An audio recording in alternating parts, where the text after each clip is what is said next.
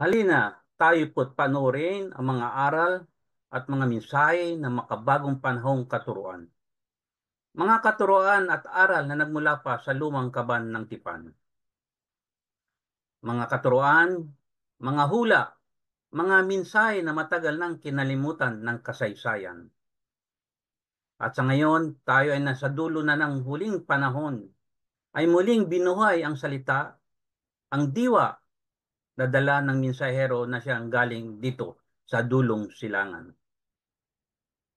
Mga kaalamang lumipas, libo-libong taon na ang mga nakaraan. At ngayon ay muling matutunghayan dala ng mga mensahe ating pag-aaralan. Ihanda ang ating sarili, buksan ang ating diwa, pansinin at timbangin ang mga katuruan, bigyan diin ang mga aral na matututuhan, mga aral at mga katotohanan na siyang magpapalaya sa ating nakaraan.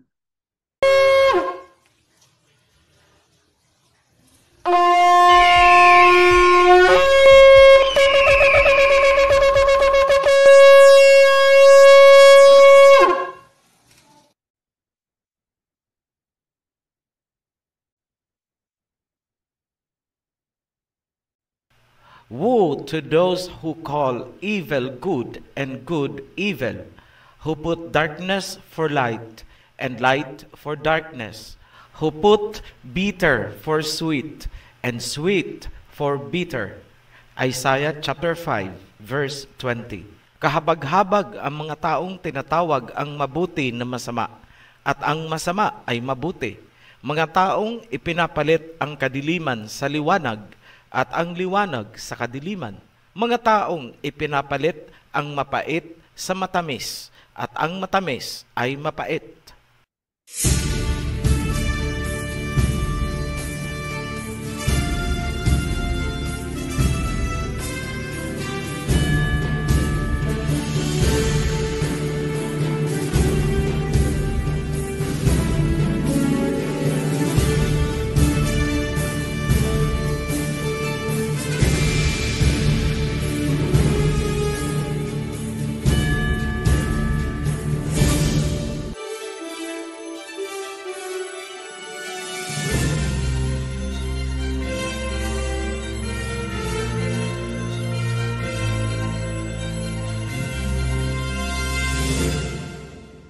Masayang pagbati mula sa Ophirian Heritage Conservatory.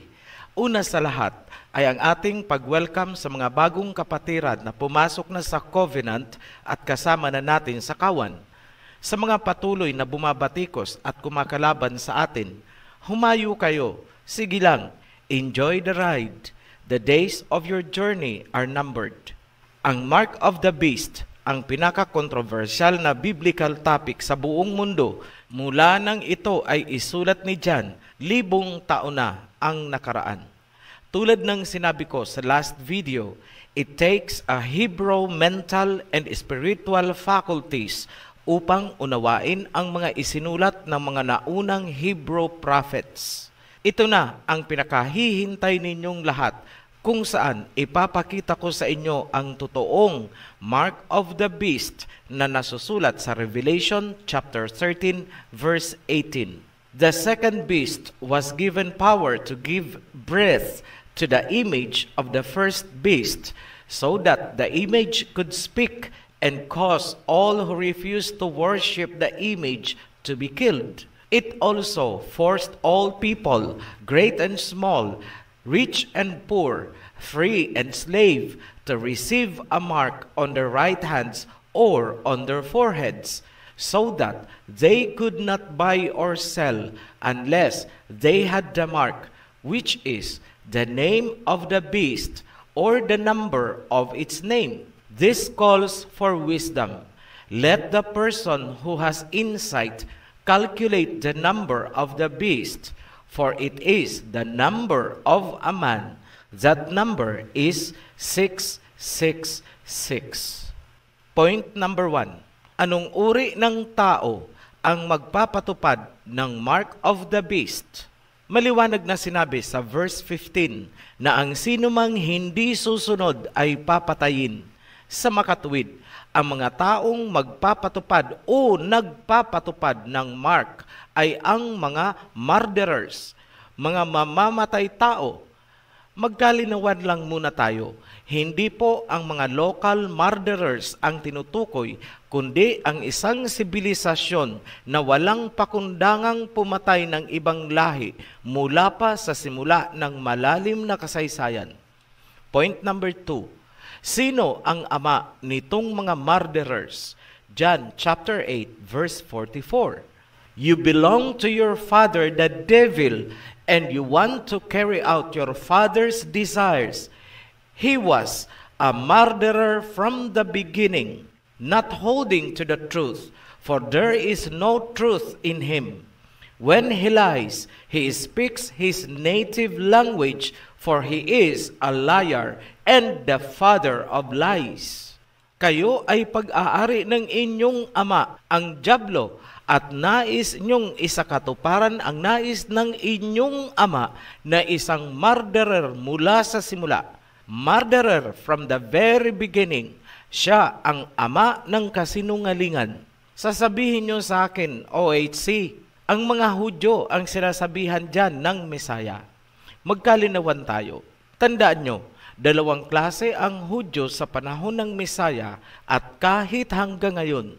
May mga tunay na Hudyo at mayroong mga naghuhudyo-hudyuhan lamang. Huwag niyong aakalain na ang mga tunay na Hudyo ang pinatutungkulan dito ng Mesaya. Bakit? Sapagkat ang Mesaya ay isang Hudyo.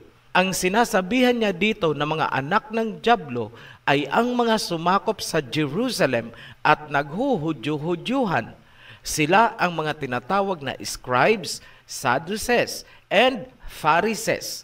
Lahat yan ay nag-aangkin na sila ay mga Hudyo at lahi ni Abraham.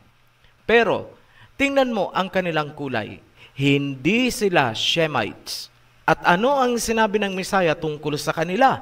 Sila ay mga anak ng dyablo, sapagkat ang kanilang ama ay ang dyablo, si Satanas. At sino si Satanas? Ayon sa Revelation chapter 20, verse 2.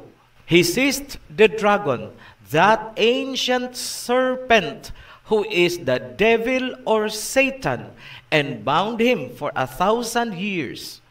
Maliwanag, si Satanas ay ang serpent, at ang serpent ay si Satanas. Kung ang ama ay serpent, ibig sabihin ang mga anak ay serpents. Yan ang sinasabi sa Genesis na offspring of the serpent na makikipag-away sa offspring ng woman. Let me quote Genesis chapter 3 verse 14 to 15. And to the serpent he said, I will put enmity between your seed, that is the seed of the serpent, and her seed. He will crush your head, and you will strike his heel. Ayon sa binasa natin sa John chapter 8 verse 44, mula sa simula, ang ama nitong mga murderers ay ang serpent, at ayon sa Revelation chapter 20 verse 2, ang serpent ay walang iba kundi si Satanas. Dahil ang ama nitong mga murderers ay ang serpent na si Satanas, nangangahulugan lamang na ang buong henerasyon at mga bansa nila ay mga serpents. Sila ay lahi ng mga taong hindi nangingiming pumatay, mandigma, manakop at mang-alipin. At ngayon, sila ay mga powerful nations. Point number 3, ang unang biktima nitong mga serpents. Matthew chapter 23 verses 32, 33, and 35. Go ahead then and complete what your ancestors started. You snakes, you brood of vipers, how will you escape being condemned to hell?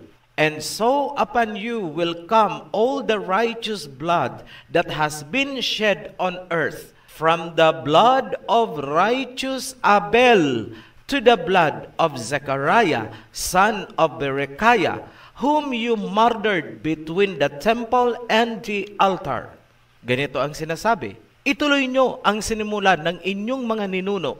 Kayo'y mga ahas, henerasyon ng mga ulupong. Paano nyo tatakasan ang impyerno?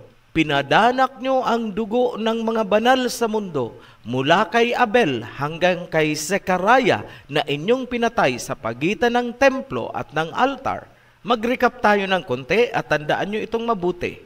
Sa Revelation chapter 13, verse 15, sinabi na ang sino mang hindi tatanggap ng mark of the beast ay papatayin. Sa makatuwid, ang magpapatupad ng mark of the beast ay mga murderer. Kailangan niyong magbalik tanaw sa malalim na history. Yan ang dahilan kung bakit ipinayo namin na panoorin niyo muna or balikan ang Rizal series, Two Witnesses series, World Territory series, at ang Gog and Magog series. Sa John chapter 8, verse 44, nasusulat na ang ama nitong mga murderers ay ang father of lies, ang dyablo na isang murderer mula sa simula. Pagdating naman sa Revelation chapter 20, verse 2, nasusulat na ang dyablo na tinatawag nating Satanas ay ang ancient serpent, ahas. Sa Matthew chapter 23, verses 32, 33, and 35, nasusulat na ang unang biktima ng serpent ay si Abel. So here we go. Sino ang alam ninyong pumatay kay Abel? Si Cain. Yan ang patunay na si Cain ay isang serpent dahil siya ang pumatay kay Abel. Yan ang susi upang matukoy ang totoong mark of the beast. Point number 4, ang pinagmulan ng marka. Genesis chapter 4, verse 1. Adam made love to his wife, and she became pregnant and gave birth to Cain. She said, "With the help of Yahweh, I have brought forth a man." Pansinin nyo, ano ang tawag ni Eve sa kanyang isinilang na anak? I brought forth a man. Yan si Cain. Lumipas ang panahon, pinatay ni Cain si Abel, at bago siya pinalaya sa lupain, nilagyan si Cain ni Yahweh ng marka. Genesis chapter 4, verse 15. But Yahweh said to him, "Not so. Anyone who kills Cain will suffer vengeance 7 times over." Then Yahweh put a mark on Cain so that no one who found him would kill him. Pansinin niyong mabuti. Sa Genesis chapter 4, verse 1, si Cain ay tinawag ni Eve na man. At sa verse 15, si Cain ay nilagyan ng marka. So ano ang nabuo? Mark of a man. Yan ang mark of a man na sinasabi sa Revelation chapter 13, verse 18. This calls for wisdom. Let the person who has insight calculate the number of the beast, for it is the mark of a man. Klarado, the mark of the beast is the mark of a man. The man was Cain, serpent. Ang marka ng hayop ay ang marka ni Cain, ahas. Halughugin man natin ang lahat ng kasulatan. Walang ibang marka ng tao na pwedeng mag-qualify sa description ng Revelation, kundi si Cain. Siya ang unang nagtaglay ng sign of the serpent. Kung ang henerasyon na lumabas mula kay Cain na pumatay kay Abel ay tinawag ng Mesaya na mga snakes or ahas, sa makatuwid, si Cain ay isang serpent na nasa anyong tao, at ang ama ni Cain ay ang pinakamatandang serpent. Walang iba kundi si Satanas ayon sa Revelation chapter 20 verse 2. Sa makatuwid, ang mark of the beast na sinasabing mark of a man ay matatawag ding mark of the serpent. At dahil ang ancient serpent ay si Satanas, nangangahulugan lamang na ang mark of the beast ay matatawag ding mark of Satan. Period. Ngayong alam na natin ang pinagmulan ng mark of the beast, dumako tayo sa susunod na punto. Point number 5. Ano ang marka na ipinakita kay John Revelator?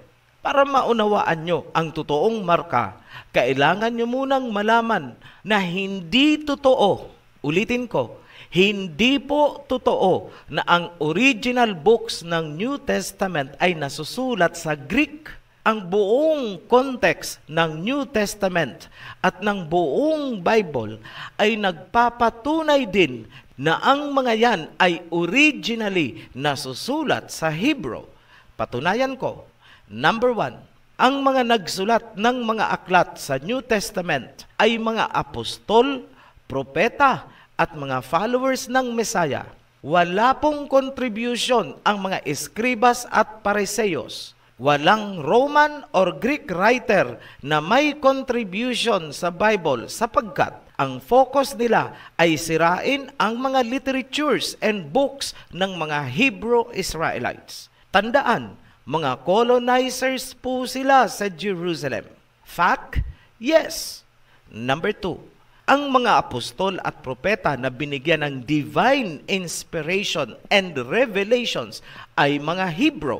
Hindi pwedeng magkaroon ng apostol o propeta na Greek o Romano.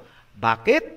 Sapagkat ang mga Greek at Romano ay mga kaaway ng mga Hebrew Israelites, mga mananakop. Fact? Yes. Number 3, ang Messiah na nagpakita kay John sa vision upang isulat ang Book of Revelation ay Hudyo, isang Hebrew. Si John ay Hebrew. 2 Hebrew ang bumuo ng Book of Revelation. Paanong magiging Greek ang resulta? Piracy. Nag-iisip po ba kayo? Number 4, ang mensahe ng buong Biblia ay hindi para sa mga Gentiles. Katunayan, sa bungad pa lang ng Book of Revelation, sinabi na agad na ito ay para sa 7 assemblies ng mga Hebrews. Mula sa Hebrew, para sa mga Hebrews. Papaanong sasabihin ng mga Christians na Greek ang original? That is fallacy, and believing that is idiocy. Ngayon, bakit ko inilabas ang argumentong yan? Sapagkat malaki ang kaugnayan niyan sa totoong mark of the beast.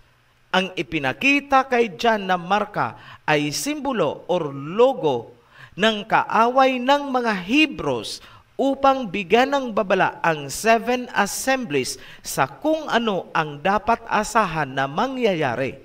That is what the Book of Revelation is all about. Ang Revelation ay isinusulat ni John sa Hebrew, kung kaya ang Greek na logo or emblem ng mga kaaway ay kanya lamang idrinowing. Paano ko nasabi? Sinabi ni John, "He who has wisdom, let him recognize or decipher." Kung alam ni John ang meaning ng kanyang nakikita at iginuguhit mula sa vision, hindi na siya maghahabilin na unawain itong logo kung sino man ang may kaalaman at kakayahan sa 7 assemblies. Outright, isusulat niya na. Ang habilin na yun ay para sa future generations na makakabasa ng kanyang isinulat. Hindi niya ma-explain sa kanyang kapanahunan sapagkat ang symbol ay hindi niya pa nakikita in physical reality. Tanging sa vision lamang niya nakita at ang makakaunawa nun ay ang nasa distant future generations pa. At para ma-interpret ang symbol na kanyang iginuhit, kakailanganin ng future generation na balikan ang malalim na history upang maunawaan ang mark of the beast, ang logo or symbol na kanyang iginuhit. It takes a Hebrew to understand the message of the Hebrew prophets. Yan ang ginagawa ng Offeryan Heritage Conservatory, ang i-decode ang symbol mula sa context ng biblical and extra-biblical history. At ako ay itinuro pabalik sa Genesis. Dapat munang alamin ang serpent seeds na isinumpa noong nagkasala sina Adam and Eve at sundan ang kanilang mga galaw all across history. The deeper we look into the past. The farther we see into the future, luminaw ang mark of the beast. Point number 6. Ano ang pangalan na ginamit ng serpent or ni Satanas? Alam na alam ng Papa sa Roma kung sino or ano ang pangalan ng serpent sapagkat siya ang pinakahaligi ng Christianity sa buong mundo. Sino ang itinuturo ni Pope Francis na serpent? This will shock you, Christians. Walang ibang itinuro ang Pope kundi ang Greek Messiah na inyong sinasamba. Ito ang statement ni Pope Francis, published March 14, 2016, titled, The Serpent That Kills and the One That Saves. Let me read. The serpent, the pontiff clarified, is a symbol of sin. The serpent that kills, but the serpent that saves. This is the mystery of Christ. Klarado, straightforward na sinabi ni Pope Francis na si Jesus Christ ay ang serpent na pumapatay at ang serpent na magliligtas. Yun daw ang misteryo ni Kristo. Take note, sinabi ni Pope Francis na ang serpent ang nagliligtas. Balikan nga natin ang sinabi ng Revelation tungkol sa serpent. Revelation chapter 20, verse 2. He seized the dragon, that ancient serpent, who is the devil or Satan. Maliwanag ang nasusulat. Ang serpent ay walang iba kundi si Satanas. Ano ang serpent naman? Ayon kay Pope Francis, nagliligtas. Sino ang serpent ayon sa Revelation? Si Satanas. Sino pala ang sinasabi ni Pope Francis na tagapagligtas? Eh di si Satanas. Let me quote again. Pope Francis, the serpent that kills and the one that saves. This is the mystery of Christ. End of quote. Read for yourselves. Ang link ay inilagay namin sa ibaba lamang nitong video. Sa pagpapatuloy, ilalahad ko ngayon ang misteryong sinasabi ni Pope Francis tungkol kay Kristo na sinasamba ng mahigit 95% ng mga Pilipino. Dalawa lang ang pagpipilian ninyong mga pastor at mga ministro ng anumang sekta. Embrace the truth or embrace the mark of the beast. On screen, nakikita nyo ang laman ng Revelation chapter 13 verse 18 in Greek. Pansinin nyo ang symbol na kulay blue. Yan ang pinalitan nila ng numerong 666. Dahil dyan sa 666 kuno, nagsulputan ang mga kwenta-kwenta na walang kwenta at kung ano-anong conspiracy theories tulad ng Vicarious Filidae, microchip, barcodes, RFID, at ngayon, ang bakuna naman daw, ang mark of the beast, ay ambot sa langaw. Count 1. Hindi po yan numero. They are Greek alphabet characters. Kahit magtanong kayo sa mga Greek grammarians and prove me wrong, ganito isinalin sa English. This calls for wisdom. Let the person who has insight calculate the number of the beast, for it is the number of a man. That number is 666. At ito naman ang OHC translation. This calls for wisdom. Let the person who has insight discern the symbol of the beast, for it is the mark of a man. That symbol is yung idrinowing ni John Revelator. Sasabihin nyo sa akin, OHC, yung isinalin na salitang number ay ang Greek word na arithmos. Tama. Ngunit, baka nakakalimutan nyo rin na ang scholarly na pagsasalin ay tinitingnan ang buong context ng content at hindi lamang ang word for word na translation. Ang arithmos ay may root word na airo na ang ibig sabihin ay reckoned up, lifted up. Ang salitang arithmos ay pwedeng i-translate sa word na number or either symbol, depende sa context o nilalaman na information sa verse. Kung ang context ay tungkol sa quantitative mathematical measurement, ang salitang arithmos ay tama lang na i-translate sa number. Ngunit, kung ang context ng verse ay tungkol sa abstract idea, ang salitang arithmos ay hindi dapat isali ng number kundi symbol. Katunayan, ang other words for number ay symbol. Kumuha kayo ng thesaurus or check nyo na lang sa Google, other words for number. Makikita nyo, symbol. Tandaan nyo, ang mensahe ni John ay hindi tungkol sa mathematics, kundi tungkol sa forecasted geopolitical events na may epekto sa 7 assemblies. John was not talking about engineering nor mathematics. Ngayon, bakit napalitan ng numero at saan galing ang 666? Alam ko ang ginawa dito ng mga unang nagsalin ng Bible. Hindi nila isinalin ang kasulatan ni John as is, kundi ininterpret nila at ginamitan ng gematria. Inalis nila ang original na iginuhit o idrinowing ni John at ipinalit ang numerical equivalent ng mga characters, sabay tinotal nila, kaya lumabas ang numerong 666. Workings of Satan, sapagkat ang panghuling habili ni John ay huwag magdagdag, huwag magbabawas sa kanyang mensahe.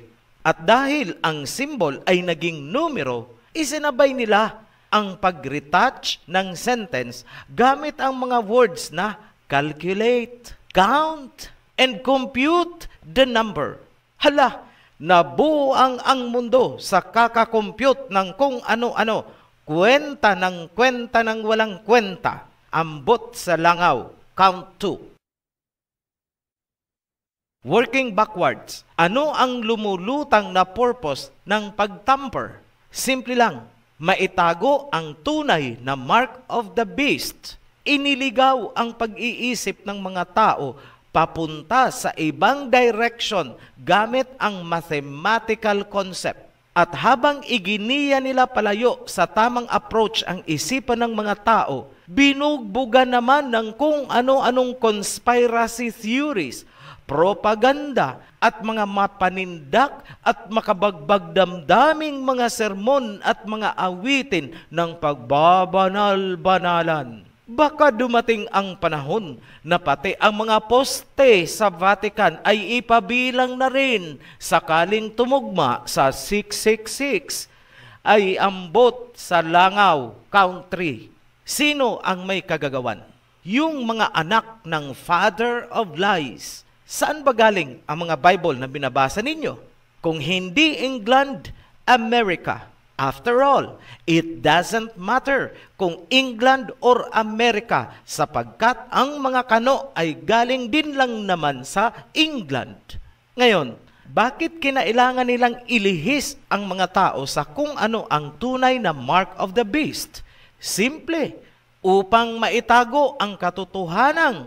Ang mark of the beast ay walang iba kundi ang mismong pangalan o simbolo ng pangalan na Jesus Christ, ang fake Greek Messiah.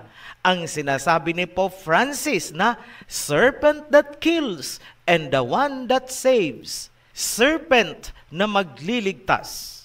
Revelation chapter 20 verse 2. Ang serpent ay si Satanas. Sige, sambahin nyo. Pilipinas, ipagpatuloy nyo. Tingnan ko lang kung saan kayo pupulutin sa huling panahon. Point number 7. Pagpapatunay na ang pangalang Kristo ang mark of the beast. On screen, ito ang pangalan ni Kristo sa Greek alphabet. At ito naman ang Revelation 13 verse 18 kung saan iginuhit ni John ang Greek symbols na bumubuo sa Mark of the Beast. May napapansin ba kayo? Sundan nyo ang arrow. Ang Mark of the Beast ay 3 letra ng Greek alphabet na iginuhit ni John Revelator. Ang first character ng Mark of the Beast ay ang unang letra ng pangalang Kristo. Yung letter X na yan ang sumisimbolo sa religious na kapangyarihan ng Mark of the Beast. Yan ang nakikita nyo sa mga religious murals, mga paintings at mga regalia. Diyan din derive ang cross na inilalagay sa inyong mga noo tuwing Ash Wednesday. Yan ang religious symbol of the Mark of the Beast. Ang letter X, ang initial at pinakasimbolo ng pangalang Christ. Kaya nga, ang Xmas ay shortened form ng Christmas. X-chan ay shortened form for Christian. Kapag ginamit ang X na walang kasabay na ibang characters, ang tawag dyan ay monogram. Ngunit, kapag ito ay ginamit kasabay ang ibang characters, ang tawag dyan ay pictograph, Christogram, tulad ng XP, XC, XS, IC, at IHS. Tatalakayin ko yan sa mga susunod na video. May kailangan din kayong pansinin kasi sa kakaibang hand gesture ng Christ. May subliminal message po yan. Dumako tayo sa pangalawa o gitnang character ng Mark of the Beast. Pansinin nyo ang upward coil. Yan ang simbolo ng serpent. Yan ang pinaghuhugutan ng salita ni Pope Francis. And I quote again, "The serpent that kills and the one that saves, the mystery of Christ." End of quote. Ano ang sagot ni John Revelator? The serpent is Satan. Revelation chapter 20 verse 2. Yan, hinubaran ko na ang misteryo ni Kristo. Sige, luhuran ninyo ang fake Greek Messiah. Luhuran nyo ang serpent. 95% ng mga Pilipino ay markado. Ang pangalawang simbolo na yan ay tumutukoy sa kapangyarihan ng beast government sa usaping life and death. Malaki ang kaugnayan niyan sa health and medicine at sa military. Sa aspetong pangkalusugan, nalilingkis tayo ng serpent. Tingnan nyo na lang ang logo ng World Health Organization. Medicine at pharmacy. Ano ang nakikita nyo? Ahas. Huwag kayong maniniwala na ang simbolong serpent ng medicine ay hango daw sa kwento ng serpent na itinaas ni Moses upang pagalingin ang mga natuklaw ng ahas noon sa disyerto. Tampered po ng mga Greek ang nilalaman ng Biblia.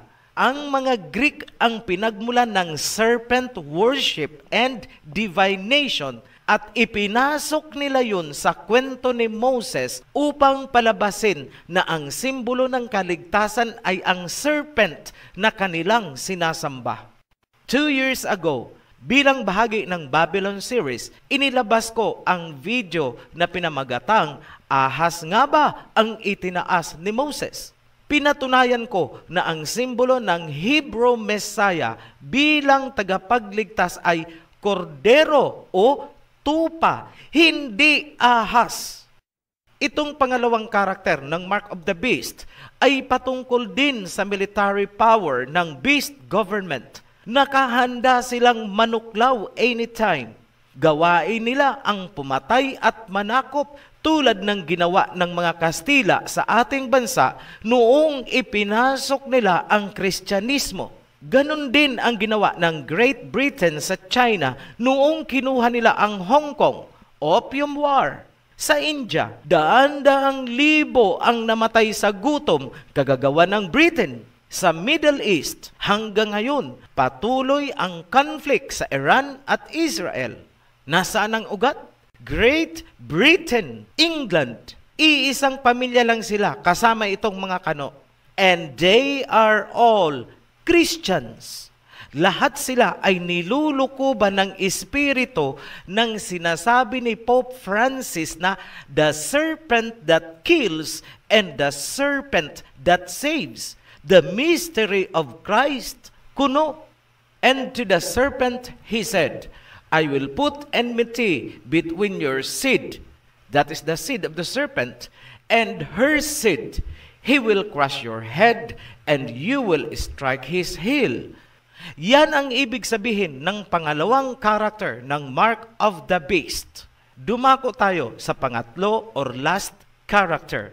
Ito ay sumisimbolo sa kapangyarihan ng beast government sa aspetong politics, economy, trade, finance, and banking. In short, geopolitical and economic affairs. Nasusulat, no man can buy or sell unless they have the mark of the beast. Kung napanood nyo ang mga naunang video, mapapansin nyo ang ugali ng mga beast government sa aspetong pang-ekonomiya. Sanctions, sanctions, and more sanctions. Papatayin nila ang ekonomiya ng ibang bansa, makuha lamang ang nais nila. Kontrolado ng beast ang ekonomiya ng lahat ng bansa sa mundo sa pamamagitan nitong nakikita nyo sa screen. Hindi makakabili or makakabenta or hindi makaka-import-export ang mga bansa kung hindi nila ito tatanggapin. Sa larangan naman ng geopolitics at kahit na sa local politics, kitang-kita ang pakikialam ng beast sa mga bansa. Look back at history, massive propaganda upang mag-away ang mga bansa, interference on domestic internal affairs ng mga bansa. Malalim po ang mga kahulugan ng bawat character at mga combinations nito. Ngunit, hindi kayo mahihirapan kung sinunod ninyo ang payo ko na simulan sa Creation Series, Babylon Series, Rizal Series, World Territories Series, Two Witnesses Series, at isama nyo din ang Gog and Magog Series. Ang mga historical events na tinalakay ko dyan ang nagpapaliwanag ng bawat symbol sa Mark of the Beast kung saan malinaw nating nasasalamin ang mga susunod pang mga mangyayari ayon sa prophecy. To sum up, ito ang Mark of the Beast na ipinakita kay John. Ito ay mga Greek symbols na iginuhit ni John noong sinulat niya ang Revelation in Hebrew. Hindi po ito mga Greek numbers para isalin ng 666 na numero at hahantong sa mga kwentahang walang kwenta at kung ano-ano pang mga conspiracy theories. Ulitin ko, ang Mark of the Beast ay hindi po vicarious fidelity, microchip, barcode, RFID, at mas lalong hindi itong bakuna. Ang bawat karakter ng Mark of the Beast ay maihahalin tulad sa kalawit ni kamatayan. Ang beast ay may 3 kalawit. Sobrang malas. Lahat ng 3 kalawit na yan ay nakahook sa mga Pilipino. Religion, military and medicine, and geopolitics and economy. Sa mga pastors, ministro, at mga leaders ng kung ano-anong sekta, sa pagkakataong ito, kaming nasa kawan ng tunay na Hebrew Messiah ay nakikiusap sa inyo.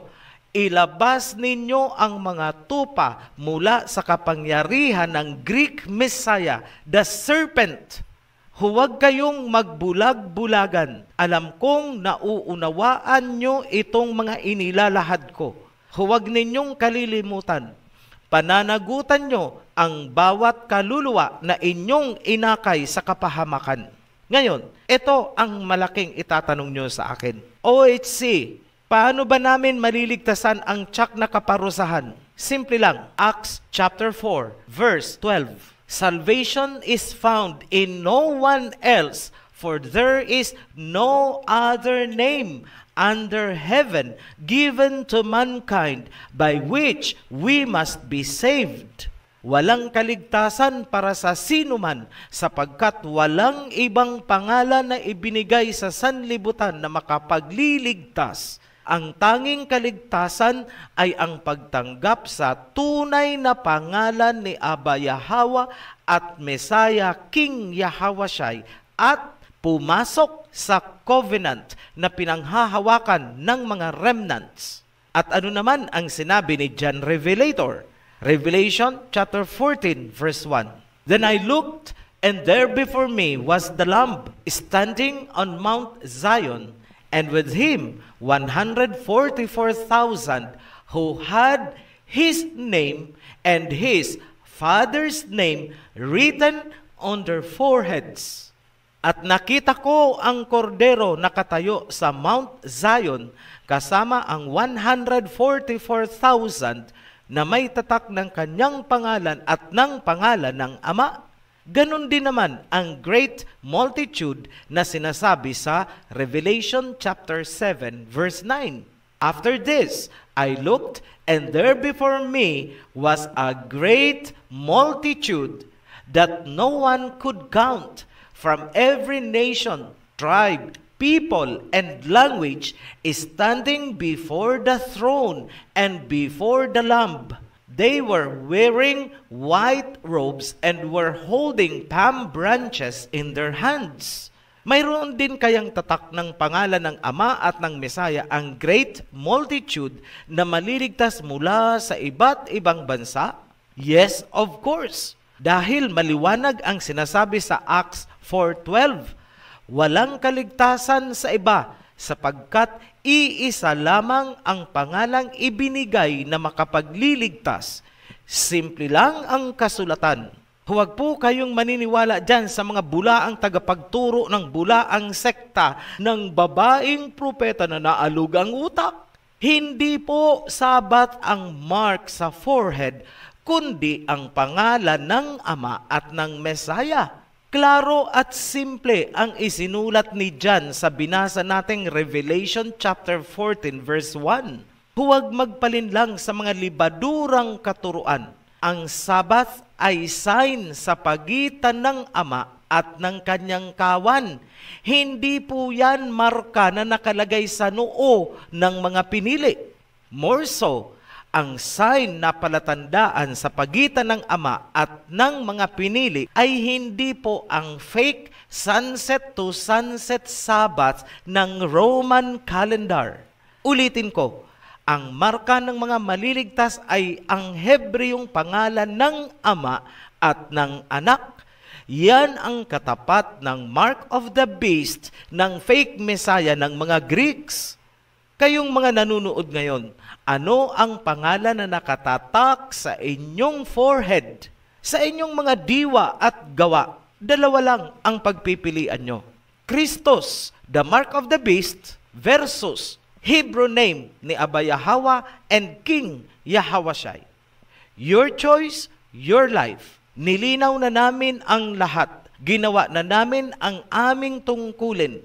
Pinangunahan ng Ophirian Heritage ang paglalahad. Nasa inyo na kung susunod o magmamatigas. Ang gustong sumama sa huling Exodus ng huling araw, makinig kayong mabuti.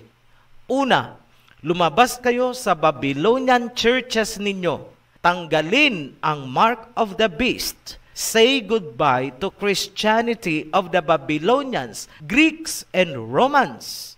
Pangalawa, ibaba ninyo ang inyong mga personal vested interests at pride dahil yan ang hadlang sa inyong pagpasok sa aming kawan.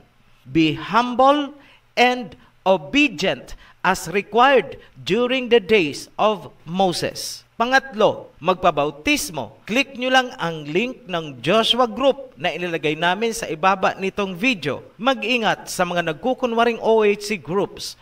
Gamitin lamang ang link na ibinigay namin at abangan ang pag-message sa inyo ng isang Joshua representative. Sa mga bagong baptized, welcome to the covenant. Sa mga new subscribers, welcome to the channel. Panoorin nyo ang The Guide upang tama ang sunod-sunod ng mga series na dapat nyong panoorin. Huwag kalimutan, i-share ang videong ito. Tumulong na mailigtas ang mas marami pang tao. Stand for truth. Be blessed. Shalom. Maraming salamat po sa inyong pakikinig. At kung meron po kayong natutuhan, please share the link.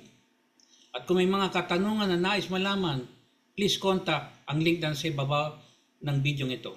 Maraming pong salamat sa muli. Umayo po tayo ng may kapayapaan.